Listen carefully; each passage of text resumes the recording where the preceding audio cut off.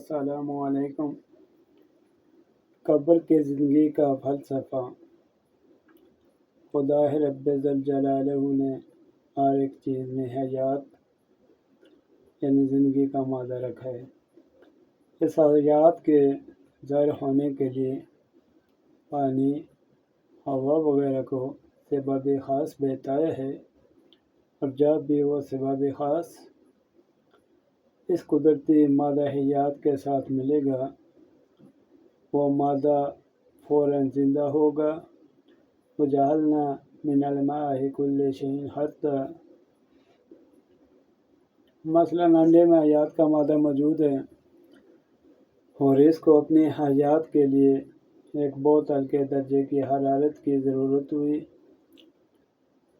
جس وقت حرارت جانوروں کے پروں یا مشین کے ذریعے پوری کر دی جاتی ہے تو وہی انڈا جو اس سے پہلے بالکل مردہ تھا اور بظاہر کوئی حیات اس میں معلوم نہیں ہوتی تھی،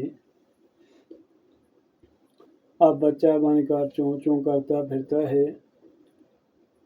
فتبارک اللہ احسن الخالقین۔ اور یہ مردہ انسان تو ایک عرصہ دراز تک صاحب حیات اور زندہ رہ چکا ہے، اور اس میں ہر طرح کی حیات کی مناسبت بھی موجود ہے۔ جب قبر میں دفن ہوا، خدا نے زمین سے خاص حرارت ایسی عطا کی جس کے سبب مردہ زندہ ہو گیا۔ اتنی دیر تک زندہ رہا کہ ناقرین کے سوال کا جواب وغیرہ دے سکے،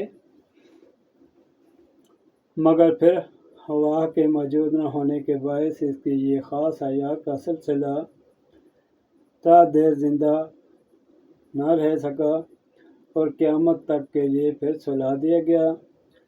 فرمایا رسول اللہ صلی اللہ علیہ وسلم نے،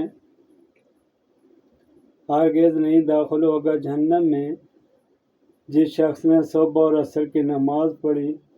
مسلم شریف کی روایت ہے۔